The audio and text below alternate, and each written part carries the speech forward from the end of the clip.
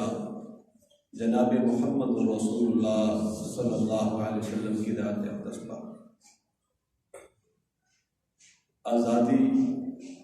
ایک بہت بڑی نعمت ہے اور اس کے ضد میں جو لفظ بولا جاتا ہے وہ غلامی ہے۔ ایک طرف آزادی اور ایک طرف غلامی۔ اسلام کے اندر جو غلامی کا تصور پایا جاتا ہے کہ جو شخص غلام بنتا ہے جسمانی طور پر اس انسان کو غلام بنا دیا جاتا ہے، پھر یہ آہستہ آہستہ وہ جسمانی طور پر غلامی سے نکل کر آج جس دور سے ہم جا رہے ہیں، آج بھی انسان غلام ہے، لیکن انسان فکری اور اس کے بعد نظریاتی طور پر آج غلامی کی زندگی بسر کر رہا ہے۔ آزادی اور بندگی جو بات میں آپ کے سامنے رکھنا چاہتا ہوں وہ یہ ہے کہ انسان آج کے دور میں آزاد ہونا چاہتا ہے کہ مجھے آزادی مل جائے، لیکن اس کے مقابلے میں غلامی سے نہیں بلکہ بندگی سے انسان آج کے دور میں آزادی چاہتا ہے کہ انسان کا ہر عمل، انسان کی سوچ، انسان کی فکر اور اس کا ہر کام جو ہے ایک اللہ رب العالمین کی رضا کے لیے ہونا چاہیے۔ اللہ تعالیٰ قرآن میں ارشاد فرماتے ہیں قُلْ إِنَّ صَلَاتِي وَنُسُكِي وَمَحْيَايَ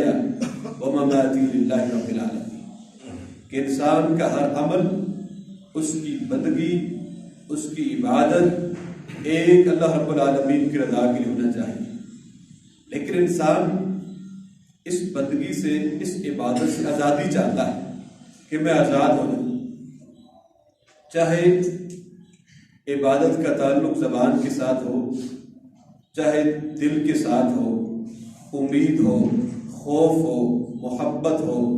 رجا ہو، کوئی بھی کام ہو، چاہے اس کا تعلق جو ہے انسان کے اعضاء کے ساتھ ہو، تو یہ سارے کام جو ہے ایک اللہ رب العالمین کی رضا کے لیے ہونا چاہیے۔ وَلَقَدْ بَعَثْنَا فِي كُلِّ أُمَّةٍ رَسُولًا أَنِ اعْبُدُوا اللَّهَ وَاجْتَنِبُوا الطَّاغُوتَ کہ ہم نے انبیاء کو بھیجا اس لیے تھا کہ ایک اللہ رب العالمین کی عبادت کی طرف تمام امت کو بلایا جائے۔ آج تمام امت کو ایک عبادت کی طرف بلایا جا رہا ہے، لیکن انسان آزادی چاہتا ہے کہ مجھے ہر نیکی کے کام پہ آزادی حاصل ہو، میرا دل چاہے تو میں عبادت کر لوں، میرا دل نہیں چاہتا تو میں نہ کروں، مجھے کوئی پوچھنے والا نہ ہو۔ انسان عبادت کے مقابلے میں آج آزادی چاہتا ہے اور اسی آزادی کی کوشش میں وہ سارے کام کر رہا ہے، چاہے اس کے سامنے وہ عقل کو رکھے، چاہے اس کے سامنے جو ہے وہ وہم پرستی کو رکھے، کچھ بھی کرے، لیکن انسان چاہتا ہے کہ مجھے آج کے دور میں آزادی چاہیے، فریڈم آف اسپیچ چاہیے، مجھے اپنی بات کرنے کا حق حاصل ہو، میں جس طرح چاہوں بات کروں، مجھے کوئی پوچھنے والا نہ ہو، میں جس طرح چاہوں عبادت کروں، مجھے کوئی پوچھنے والا نہ ہو، کیونکہ میں آزاد ہونا چاہتا ہوں۔ اور پھر اس مقابلے میں یہ دلیل بھی پیش کی جاتی ہے کہ لا اکراہ فی الدین، دین میں کوئی جبر نہیں ہے، کوئی زبردستی نہیں ہے،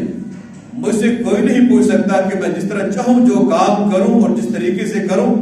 میں کرتا جاؤں، نہیں۔ قرآن میں اللہ تعالیٰ نے ارشاد فرمایا کہ ہم نے انبیاء کو مبعوث اس لیے کیا تھا کہ ان اعبدوا اللہ واجتنبوا الطاغوت، ایک اللہ کی عبادت کرو، آپ کا ہر کام، آپ کی سوچ، آپ کی فکر، آپ کی عبادت، معاملات ایک اللہ رب العالمین کی رضا کے لیے ہونا چاہیے۔ آج انسان اس سے آزادی اور جان چھڑانا چاہتا ہے کہ جناب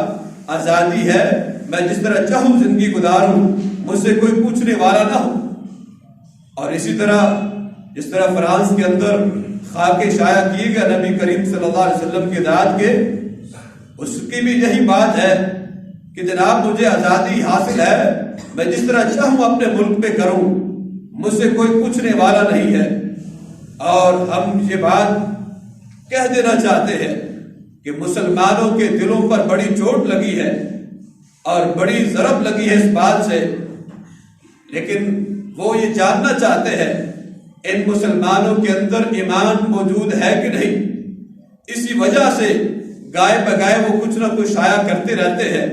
تاکہ مسلمان نمازوں سے گئے، تلاوت سے گئے، نیکی کے کام کرنے سے گئے، ہو سکتا ہے کچھ ان کے اندر بات موجود ہے کہ نہیں۔ ایک وقت آئے گا اگر ہماری یہی حالت رہی، ہم قرآن کی طرف نہ آئے، سنت کی طرف نہ آئے، رسم و رواج کو نہ چھوڑا، تو یقین جانیے کہ خاکے شائع ہوتے رہیں گے اور مسلمان جو کہ تو رہ جائیں، ان کے دل پر کوئی اثر نہیں پڑے گا۔ تو اس لیے آج انسان کو یہ سوچنا چاہیے کہ یہ جو کام ہو رہا ہے کہ پہلے نمبر پر انہوں نے اتنا پیسہ انویسٹ کیا ہے کہ مسلمانوں کے خریدنے میں، ان کے گھروں کے اندر عریانی، فحاشی اور ہر قسم کا سامان مہیا کیا ہے، اور اس کے بعد دیکھنا چاہتے ہیں کیا واقعی کوئی ایمان موجود ہے کہ نہیں۔ گھروں سے ایمان نکل کر آج مسجد کے اندر تک محدود رہ گیا ہے کہ آج انسان اپنے آپ کو مسلمان بھی سمجھتا ہے تو صرف مسجد میں آ کر سمجھتا ہے، مسجد سے باہر نکلتا ہے وہ کہتا ہے میں جناب ہر کام میں آزاد ہوں، مجھ سے کوئی پوچھنے والا نہیں ہے۔ ایک بات تو یہ خاکوں کے حوالے سے رہی، اور دوسری بات جو موضوع میں آپ کے سامنے بیان کرنا چاہتا ہوں وہ یہ ہے کہ اس تاریخ کو، ربیع الاول کی 12 تاریخ کو جو کام کیا جا رہا ہے، یقین جانی یہ بھی آزادی کے معاملے میں کہ ہم اپنے دین کے اندر، اپنے کام کے اندر آزاد ہیں، جس طرح چاہیں ہم کام کرتے رہے، ہم سے کوئی پوچھنے والا نہیں ہے، کوئی گلہ کرنے والا نہیں ہے، ہم اپنی مرضی کی عبادت کریں گے، چاہے تو ہمارا دل ہوا تو کر لیں گے، نہیں دل ہوا تو نہیں کریں گے۔ اور اسی وجہ سے آج جو 12 ربیع الاول ہے، جلسے جلوس اور اس کے بعد جو ہے ولادت کا جشن منایا جا رہا ہے، بڑے افسوس اور بڑے دکھ کی بات ہے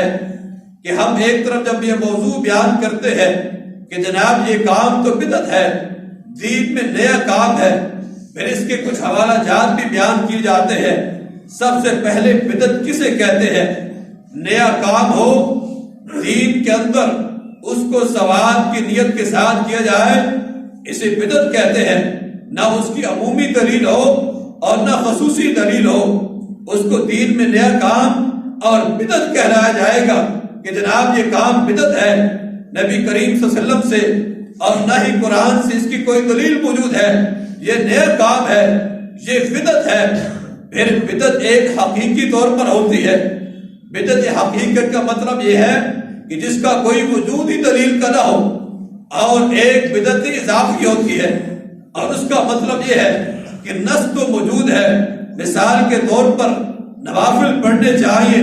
لیکن انسان ایک رات خاص کر لیتا ہے، 27 رجب کی رات کو خاص کر لیا، کبھی 15 شعبان کو اس نے خاص کر لیا۔ اسی طرح روزے تو ثابت ہے نفلی، لیکن 15 شعبان کا روزہ رکھ لیتا ہے، اس کو اضافی بدعت کہلاتے ہیں۔ اور اسی طرح بدعت جو ہے وہ مکفرہ ہے، بعض بدعات کی وجہ سے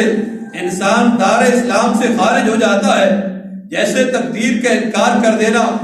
اور اسی طرح اللہ رب العالمین کی صفات کا انکار کرنا، یہ بھی ایسی ہی ہے جیسے دین سے انسان خارج ہو جاتا ہے، اور اسے بدعت مکفرہ کہا جاتا ہے۔ ایک وہ بدعت ہے جس سے انسان فاسق اور فاجر ہو جاتا ہے، گناہگار ہو جاتا ہے، اس کو دین میں بدعت کہا جاتا ہے۔ اور نبی کریم صلی اللہ علیہ وسلم کا فرمان آتا ہے،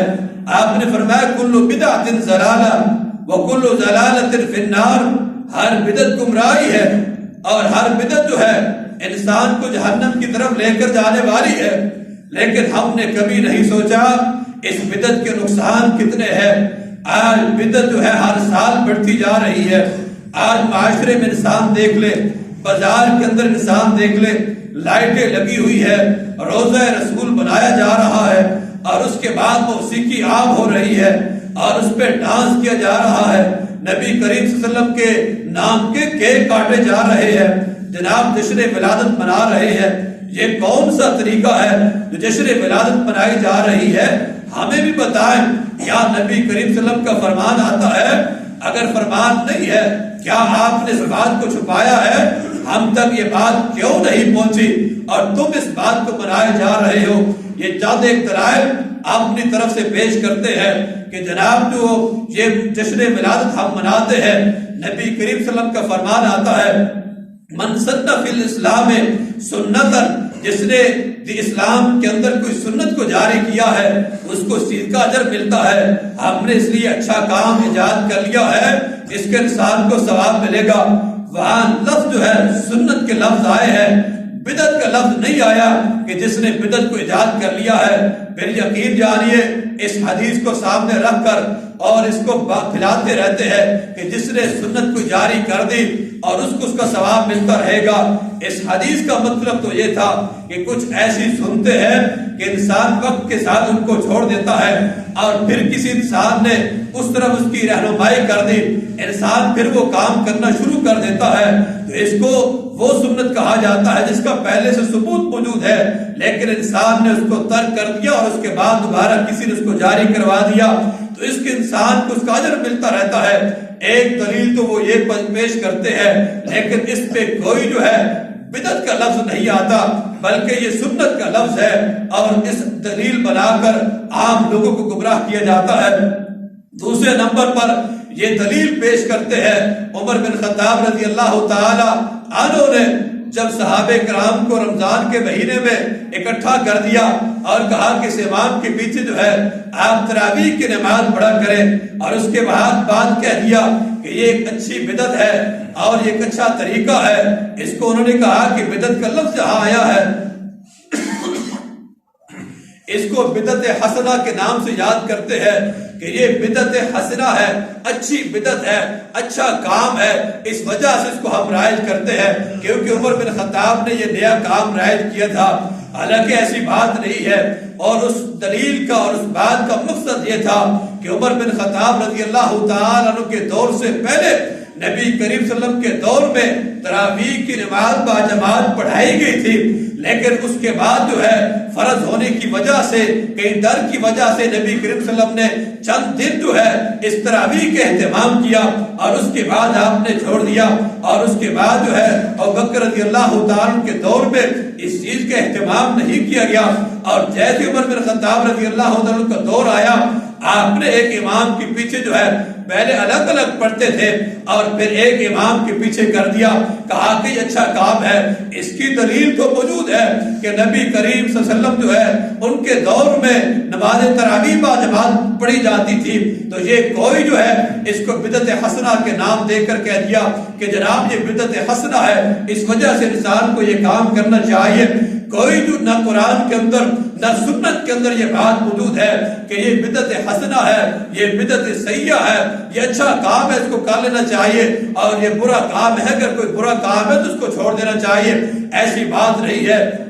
بلکہ اس کے بعد تیسری دلیل حدیث پیش کرتے ہیں، نبی کریم صلی اللہ علیہ وسلم کا فرمان پیش کرتے ہیں کہ جس کام کو آپ اچھا مسلمان اچھا کہہ دے وہ کام اچھا ہے، اور جس کو مسلمان برا کہہ دے وہ کام برا ہے۔ حالانکہ علامہ البانی رحمہ اللہ نے سلسلہ تو ضعیفہ کے اندر اس روایت کو پیش کیا ہے کہ یہ روایت تو ضعیف روایت ہے، اس سے تو مسئلہ ثابت ہی نہیں ہو سکتا، استدلال ہی نہیں کیا جا سکتا، لیکن وہ یہ روایت پیش کرتے ہیں یعنی جشن عید میلاد النبی جو منائی جاتی ہے وہ نہ قرآن میں ثابت ہے نہ پیغمبر کے فرمان میں ثابت ہے۔ پھر سوچنے اور سمجھنے کی بات یہ ہے کہ اگر قرآن میں موجود ہوتی تو سب کو پتہ چل جاتا، اگر پیغمبر کا فرمان ہوتا تو سب کو پتہ چل جاتا، اور تاریخ ولادت میں اس کے اندر اختلاف بھی ہے کہ آپ کی تاریخ پیدائش کون سے دن ہوئی۔ پھر چوتھی دلیل پیش کرتے ہیں جناب منع دکھا دے، منع کس جگہ پر لکھا ہوا ہے کہ جشن میلاد آپ منا نہیں سکتے، لیکن ان عقل کے اندوں کو اس بات کا پتہ نہیں ہے کہ عبادت کے اندر جو ہے ہر کام کرنے کی دلیل پوچھی جاتی ہے کہ اس کو تم عبادت سمجھتے ہو، ثواب سمجھتے ہو، اس کی کرنے کی دلیل چاہیے۔ عبادت کے اندر ہر کام منع ہے، ہاں جس کی دلیل آ جائے دنیاوی امور کے اندر جو ہے ہر کام کی اجازت ہے، ہاں جس کو اللہ کے اور اس کا رسول جو ہے منع کر دے، اور یہ تو دینی معاملہ تم پیش کرتے ہو، اس کی کرنے کی دلیل تو تمہیں پیش کرنی چاہیے، لیکن کہتے ہیں منع کہاں لکھا ہے؟ اگر یہ بات منع کرنے پر ہے پھر انسان کو صبح کی جو دو سنتے ہیں تین پڑھ لے اور اس کے بعد کہہ دے کہ منع کہاں لکھا ہے، جہاں سنتے زور کی ہے، کوئی کہے میں 6 پڑھ لوں اور کہے منع کہاں لکھا ہے۔ بھائی عبادت کے اندر کرنے کی دلیل ہوتی ہے، منع کی دلیل نہیں پوچھی جاتی کہ منع کہاں لکھا ہوا ہے۔ اگر جشن عید میلاد النبی عبادت ہے، ثواب سمجھ کے کرتے ہو تو ایک حدیث پیش کر دیجئے، لیکن کوئی حدیث اس معاملے میں نہیں ہے، بلکہ یہ مسلمانوں کو گمراہ کیا جا رہا ہے۔ اور رب کبریا کی قسم ہے، آج مساجد ویران ہے، آج ہوٹل پر جو ہے لائٹیں لگ چکی ہیں، آج اس کے بعد بازار جو ہے ان کو آباد کیا جا رہا ہے، آج ڈھول پر تھاپے لگائی جا رہی ہے، ڈانس کیا جا رہا ہے۔ اس کو کون کہتا ہے کہ پیغمبر کی آمد کا یہ طریقہ تم منا رہے ہو؟ اور تمہارے عقیدے کے مطابق تو یہ ہے کہ آپ ہر جگہ حاضر اور ناظر ہیں۔ جب تمہارا یہ عقیدہ ہے، پھر جشن آمد کا کیا مقصد ہوا؟ پھر تم کہتے ہو ہمارے اس محلے میں آ رہے ہیں، کبھی تم کس محلے میں لے جاتے ہو، کبھی کس جگہ پر لے جاتے ہو، ہر جگہ حاضر ناظر کا عقیدہ بھی پیش کرتے ہو اور جشن ولادت بھی مناتے ہو۔ تم جیسا یہ عقیدہ جو ہے نہ قرآن میں موجود ہے، نہ پیغمبر کے فرمان میں موجود ہے، عام لوگوں کو گمراہ کیا جا رہا ہے۔ انسان نہیں جانتا آج گھر میں جھنڈے لگے ہیں، کتنی بڑی گستاخی ہے۔ نعلین مبارک جو ہے اس کے اندر جو ہے نبی کریم صلی اللہ علیہ وسلم کا نام لکھا ہوا ہے، یعنی جوتے کے اندر نام لے کر اس کو کبھی ماتھے پر لگا دیا، کبھی ادھر لگا دیا، کبھی ادھر پھینک دیا۔ یہ گستاخی نہیں ہے۔ روزے رسول جو ہے گلی میں بنا کر اور اس کے بعد انسان شام کے وقت توڑ دیتا ہے، پہاڑیاں بنا کر اس کو انسان توڑ دیتا ہے۔ یہ کون سی عقیدت ہے، کون سی محبت ہے؟ اگر یہ سنت کے مطابق ہوتا، یقین جانیے ابوبکر رضی اللہ تعالی عنہ سے بڑھ کر تم محبت امام کائنات سے نہیں کر سکتے، اور اسی طرح سیدنا عمر فاروق سے بڑھ کر تم محبت نہیں کر سکتے، عثمان رضی اللہ تعالی عنہ سے بڑھ کر تم محبت نہیں کر سکتے، علی رضی اللہ تعالی عنہ سے بڑھ کر تم محبت نہیں کر سکتے، حسن و حسین سے تم بڑھ کر محبت نہیں کر سکتے، صحابہ کرام سے بڑھ کر تم محبت نہیں کر سکتے۔ بتاؤ کسی صحابی نے کوئی ایک طریقہ ایجاد کیا ہو؟ اور بدعت کا مطلب یہ ہوتا ہے ہر علاقے کا اس کا نیا طریقہ، نیا ہر سال جو ہے ان لوگوں نے عید کی نماز بھی کچھ سال پہلے پڑھی تھی، اس عید کی نماز بھی بنا دی، اور امام کائنات کا فرمان آتا ہے، آپ نے فرمایا کہ سوموار والے دن جو ہے میری پیدائش ہوئی ہے اور اس دن میں روزہ رکھتا ہوں، اور جس دن روزہ ہو اس دن عید نہیں ہو سکتی، اور جس دن عید نہ ہو اس دن روزہ جو ہے انسان رکھ سکتا ہے۔ یقین جانیے ان لوگوں نے اکثریت کے طور پر بات کر کے لوگوں کو گمراہ کرنے کا یہ طریقہ بنایا ہے، لیکن جو اس کام میں ملوث ہے، اس بدعت پر جاتا ہے، اس کو کیا کیا نقصان ہوتے ہیں۔ 3-4 میں نقصان آپ کے سامنے پیش کرتا ہوں۔ آج ہر کام کی انسان قرآن میں دلیل پیش کرے یا پیغمبر کے فرمان میں دلیل پیش کرے تب اس کو یہ کام کرنا چاہیے۔ یہ گستاخی ہے کہ سنت رسول کا مذاق اڑایا جا رہا ہے، جشن ولادت منائی جا رہی ہے۔ آخر کون سا طریقہ ہے؟ کیا صحابہ سے بڑھ کر محبت کرتے ہیں؟ یقین جانیے نہیں ہے۔ پھر اس کے بعد دیکھ لیجئے ان مسلمانوں کی میں مثال آپ کے سامنے رکھتا ہوں کہ ان مسلمانوں کی مثال یا عمومی طور پر مسلمانوں کی مثال اس طرح ہے کہ ایک آدمی نے کہا جناب میں شیر بننا چاہتا ہوں، آپ ایسا کریں کہ میرے بازو پر شیر کی تصویر بنائیں۔ جیسے اس نے سوئی لی اور اس پر تصویر بنانا شروع کی، جیسے ہی اس نے سوئی چبوئی اور اس نے کہا کیا بنا رہے ہو؟ جناب اس نے کہا میں اس کا پنجہ بنا رہا ہوں، اس کا قدم بنا رہا ہوں، اس کا پاؤں بنا رہا ہوں۔ کہا کہ لنگڑا بھی شیر چل جاتا ہے، اس کے بغیر ہی بنا ڈالو۔ اور اس کے بعد پھر اس نے پھر سوئی چبوئی، کہا کیا بنا رہے ہو؟ کہا میں اب اس کی دم بنا رہا ہوں۔ کہا کہ دم کے بغیر بھی شیر ہوتے ہیں، اس کے بغیر بھی چل جائے گا۔ پھر کان بنانا شروع کیا اور اس نے کہا کہ کان کے بغیر بھی شیر ہوتا ہے۔ کہا کہ جو آدمی سوئی چبو نہیں سکتا بتاؤ وہ شیر بن سکتا ہے؟ قدم نہیں بن سکتا۔ آج نہ قرآن انسان پڑھنے کے لیے تیار ہے، نہ نماز پڑھنے کے لیے تیار ہے، نہ سوموار جمعرات کا روزہ رکھنے کے لیے تیار ہے، نہ سنت کے مطابق جو ہے چہرہ بنانے کے لیے تیار ہے۔ نہیں میں سارے کام کر کے ان سارے کاموں کے بغیر جو ہے اس کے بعد جشن ولادت منانے کے لیے انسان نکل پڑتا ہے۔ بڑے عجیب بات ہے کہ جو قرآن اور سنت پہ جو باتیں ہیں وہ عمل کرنے کے لیے تیار نہیں ہے، یہ کام رہ گئے وہ انسان کرنے کے لیے نکل پڑتا ہے۔ ہر دکان پر، ہر جگہ پر ہر محفل مجلس میں کہتے ہیں جس نے ولادت منا رہا ہو اور اس کے بعد داڑھی دیکھ لی جائے تو چہرے پر داڑھی نہیں ہے، اگر پوچھ لیا جائے پیغمبر کے نام کتنے ہیں بتانے کے لیے تیار نہیں ہے، پیغمبر کی اولاد کتنی ہے بتانے کے لیے تیار نہیں ہے، آپ کی سیرت کے بارے میں نہیں جانتا، لیکن کہتا ہے میں جشن ولادت منا رہا ہوں۔ یہ کون سا طریقہ ہے اور اس کے نقصانات کیا ہے؟ اللہ تعالیٰ قرآن میں ارشاد فرماتے ہیں عاملۃ ناصبہ، پہلا نقصان یہ ہے کہ ایسے انسان کے اعمال ضائع و تباہ و برباد کر دیے جاتے ہیں۔ امام کائنات کا فرمان آتا ہے من احدث فی امرنا ھذا ما لیس منہ فہو رد، جس کام پر ہماری مہر نہ ہو وہ کام مردود ہے، ضائع ہو جاتا ہے۔ یعنی انسان جو بدعتی شخص ہے اپنی نیکیوں کو ضائع کرتا ہے۔ اور ایک حدیث میں امام کائنات نے فرمایا کہ جس آدمی نے نیا کام ایجاد کیا اور اس پر اللہ کی لعنت ہے، فرشتوں کی لعنت ہے، تمام لوگوں کی لعنت ہے، جو کام دین میں نیا کام ایجاد کرتا ہے وہ لوگ اس پر کام پر جاری کر دیتے ہیں۔ تیسرا نقصان انسان کو کیا ملتا ہے؟ امام کائنات نے فرمایا جس نے کوئی بدعت ایجاد کی لوگ اس پر عمل کرتے رہے، پھر قیامت تک اس آدمی کو اس کا گناہ ملتا رہے گا کہ دین میں نیا کام کیا، لوگوں نے دیکھا اور لوگ اس پر عمل پیرا ہو گئے، کہا کہ یہ دوسرے آدمی کا بوجھ اٹھائے گا قیامت والے دن۔ یہ نقصان بھی ہوتا ہے۔